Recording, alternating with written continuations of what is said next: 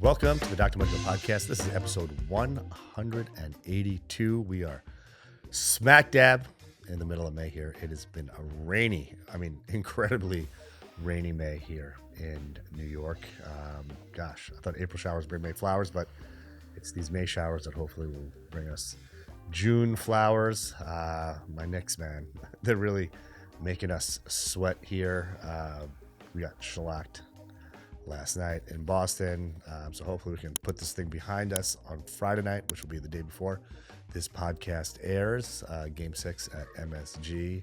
And hopefully the Knicks will advance to the Eastern Conference Finals, which will be very exciting. It's been as the kids would say, it's been a minute since the Knicks have made it to the Eastern Conference Finals. So hopefully we get through Boston.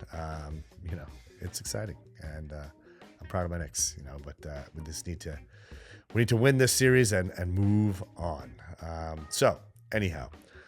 If you're wondering why my voice is a little bit hoarse, these I guess allergies. These allergies are getting me, and my throat's a little raspy. So I might sound like I'm going through puberty again with a little crack here or there. We actually had to start this podcast like 2 or 3 different times because my voice kept cracking. So please forgive me if you do hear that.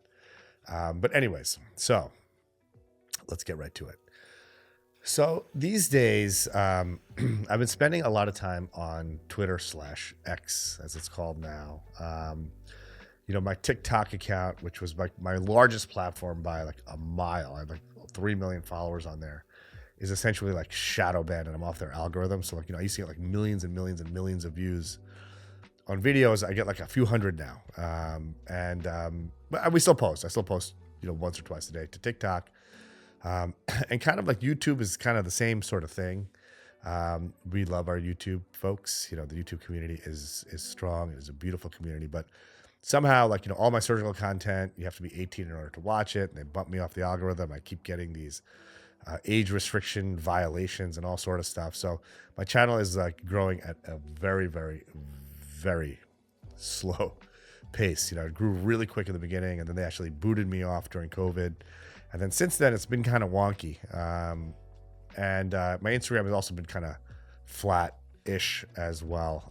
Surgical content is not their favorite. And, they put a little blur on all that surgical content. So I've been exploring X. I've been a little bit more active on there lately. And the way the algorithm on X works is the stuff that you engage with is the stuff that populates your feed. So the stuff that I engage with a bunch is, all this health insurance hating, pharmacy benefit manager hating content, very, very pro doctor, doctor advocacy stuff, patient advocacy stuff.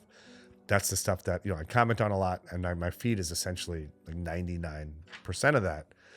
And I came across this very interesting graphic today, which I want to share with you guys. And I hope the more I speak about this, the more folks out there will realize that there's nothing pure than the patient and doctor relationship. As I've said 1,000 times, doctors give up the entire decade of their 20s and go literally hundreds of thousands of dollars into debt pursuing a passion, which is helping patients. And patients come to doctors in their time of need wanting help. And doctors, like I said, make incredible sacrifices to be able to provide that help patients need.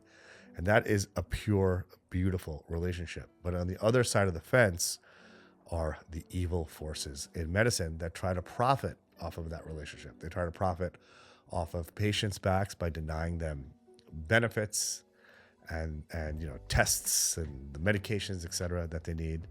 And they make it off doctors' backs by delaying payments, delay, deny, all that sort of stuff. And it's a really horrible system. As you've heard me say many times over, the most important part of any anti-aging skin regimen is using a proper sunscreen, namely one that's at least an SPF 30 and contains titanium or zinc or both. I couldn't be more excited to announce the launch of these 2 amazing Dr. Mudgil brand sunscreens. One is tinted, one is non-tinted, depending on what your preference is. I also have an amazing hydrating and moisturizing serum, which your skin is absolutely going to love. There's a link in the description below, which you can click to check out the products. You are going to love them as much as I do. Because these days, when a doctor sees a patient, everyone has a deductible or co-insurance or that sort of thing. And, the doctor for instance, like in my office, I'm assuming all of the risk when I see a patient. I'm seeing the patient and I'm hoping either the insurance company is going to reimburse me for that visit, which can take 30, 60, even 90 days. Or if there's a deductible, I'm hoping my patient will pay for their deductible. And many times they don't. And then we have to send multiple bills out. And we're basically end up seeing patients for free, which is what the insurance companies want, because, they're sitting on that pot of gold, all of those premiums that we pay. And the way insurance companies enrich themselves, these CEOs of insurance companies make, 10, 15, $20 million a year. And that's the primary CEO, all of their whole C-suite and their, multiple smaller CEOs and executive vice presidents and yada, yada, yada, yada. Everyone's making a gajillion dollars. And the way they're able to do that is they're sitting on all of our premium money. Like I've said before, I pay nearly $4,000 a month for my family's health insurance plan.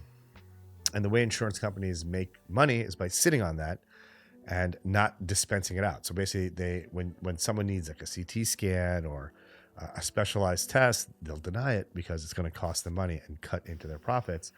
And also the way it works when you're a doctor, you submit your claim and then the insurance company will, review your claim. Frequently, they'll ask you to send additional information. They basically delay the amount of time, but they postpone payment to the doctor because the longer they're sitting on that money, the more interest it's generating and the more profits it's generating for these companies. And ultimately, they sometimes may deny payment. I mentioned a couple of podcasts ago that Blue Cross Blue Shield, those horrible bastards that they are essentially, there's like a subset of Blue Cross Blue Shield patients where I'm not getting reimbursed for the pathology services that I provide because it's some carve out that of these particular plans. Even though I'm on their plan as a dermatologist and a dermatopathologist, they're not paying me for that. Although I'm a credential provider for both of those specialties, which is absolutely insane. But I can't even drop Blue Cross Blue Shield because of the relationship I have with the hospital, and I'm required to take all of these Blue Cross Blue Shield plans. So I'm basically like rolling the dice, spending, paying my laboratory tech to create a slide, paying for all the materials and the machines and the equipment required to generate a slide, my time reviewing the slide, generating the report, sending it to the doctor, and I submit my claim to the insurance company, Blue Cross Blue Shield, Anthem, horrible, disgusting, vile company, and they'll say, we're not going to pay you for this. So, the service is already rendered. I've seen the patient, I've reviewed the pathology, I've given the diagnosis, hey, this is a skin cancer, to their doctor. The patient is, on their way to getting cured, but the diagnosis that I provide, I'm not getting reimbursed for it because Anthem, Blue Cross Blue Shield are assholes, and they're basically doing anything they can to screw doctors who are providing services. They're doing everything they can to avoid payment through some, like this I's not dotted, this T's not crossed. Where in my case, all the I's are dotted and T's are crossed. They're just hoping I give up, which I won't. But it's an incredible, waste of my time and expenditure of resources that could be going towards taking care of patients that I'm using fighting these assholes at Anthem, Blue Cross Blue Shield. But anyways, I'm going off on a tangent. Anyways, on the other side of the fence are private health insurers like Blue Cross Blue Shield, Anthem, United Healthcare, Aetna, pharmacy benefit managers, which are basically screwing patients over by jacking up prices of prescription medications and, basically controlling the market of drugs in a monopolistic fashion where there's, companies like Mark Cuban's Cost Plus Drugs, which provide generics for, super, super cheap, but these pharmacy benefit managers ratchet up their prices again to screw patients over. They're driving small independent pharmacies out of the market. I mean, it's just absolutely terrible what's going on. And our elected officials need to do something about it, but they won't because most of them are on the payroll of these awful institutions, sprawling hospital systems like Northwell Health, Mount Sinai, NYU, which are just like, taking over. And, they're big proponents of this Obamacare vertical integration where, they're basically, getting reimbursed at higher rates because care is provided under their facility fee, which is much more than it would be if you went to go see your private doctor. It's a crazy, crazy system. And what's crazy is that these, sprawling hospital systems are manipulating Medicare and Medicaid and, enhancing their bottom line at the expense of patients and the docs.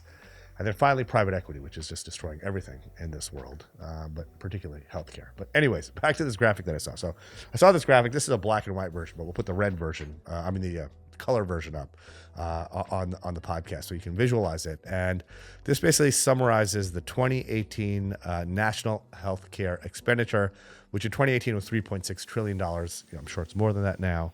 And it basically is like a pie chart of the percentage of that 3.6 trillion that's allocated towards patient care and the percentage that's allocated towards bureaucracy, so, and hospital administrators, claims adjusters, compliance officers, a bunch of folks that have nothing to do with taking care of patients. They're just a bunch of MBAs who are trying to dictate what your doctor does when he's or she is caring for you, or the care that you as a patient could receive.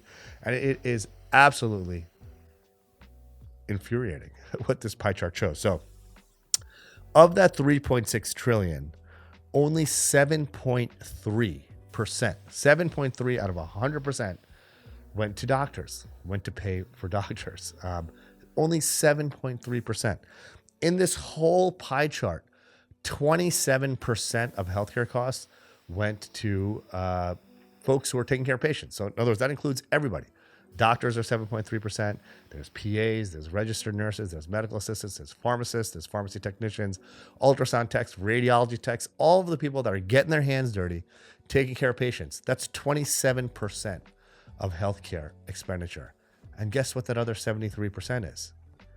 Bureaucracy, private health insurance companies, pharmacy benefit managers, hospital administrators, like I said, claims adjusters, compliance officers, all of these folks that have absolutely nothing to do with providing patient care, with helping you as a patient get better when you're sick. Only 27% of all of healthcare expenditure, this includes dentists too, by the way, only 27% of all of healthcare dollars go towards the administration of patient care. That is crazy. That means like literally 3 times that amount of money goes in the pockets of the CEO of the hospital, or the hospital, whatever, effing administrator, whatever the hell they do. I mentioned this in a prior podcast. In the 1970s, there was one hospital administrator for every 7 doctors. So for every 7 doctors, 1 administrator. Now, for every 1 doctor, there are 13 administrators. I mean, that is absolutely insane. And what the F are they doing? They're doing everything they can to stymie patient care. The only thing that matters is the patient and the doctor, and the doctor and the patient. Patient comes to the doctor says, all right, we need to get these couple of tests, maybe get this biopsy. Let's figure out what's going on. And then this is your path to getting cured.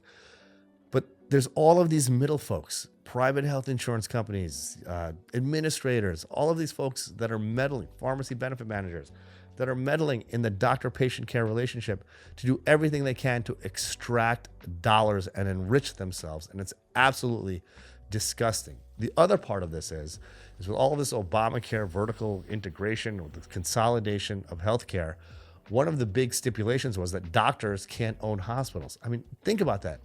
Hospitals are where you go when you get sick.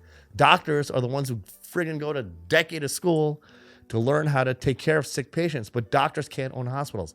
That's like saying a lawyer can't own a law firm, or an MBA can't own a hedge fund.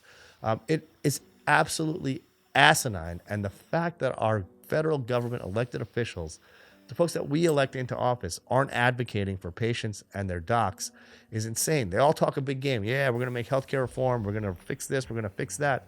Meanwhile, behind closed doors, they're laughing because their pockets are getting lined by private health insurance companies, all of their, lobbying agents for private health insurance companies, pharmacy benefit managers, big pharma, private equity, sprawling hospital systems.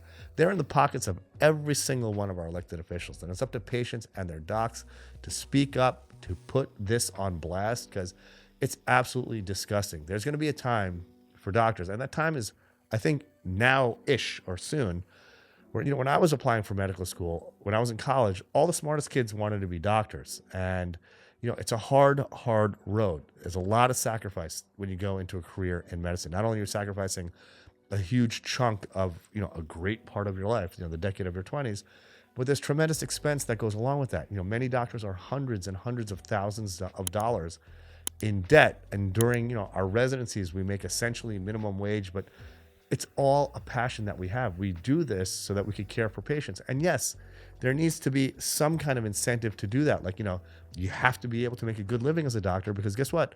Who in their right mind is going to sacrifice a decade of their lives busting their ass, working like 80-hour weeks, doing whatever it takes to learn everything that they need to do, if there's not like a reward at the end of it? And we're kind of getting to that point now where the smart kids aren't going to want to go into medicine, because you know what? The juice ain't worth the squeeze. And when that happens, we're all effed, because when you're sick and when you're in your darkest hour and you need that person to like figure out what the hell is going on with you, you want the smartest person in the room to be the one who's going to figure this out and help you out and help you get through that dark time. But he or she is not going to be there, because he or she's going to say, you know what? It's just not worth pursuing a career in medicine. That's what's happening now. And we're all in very big trouble when that happens. So it behooves all of us to be vocal. Patients have to be vocal. Doctors have to be vocal. I think folks are a lot more aware of just how shady the insurance company is. And car insurance is shady. Home insurance is shady. Health insurance is shady. We all need to be vocal and put all of these evil forces on blast. And the more of a groundswell that we create, the more opportunity there is for long overdue change. So with that, I hope you all have a wonderful, restful weekend. Be vocal. Let's get it.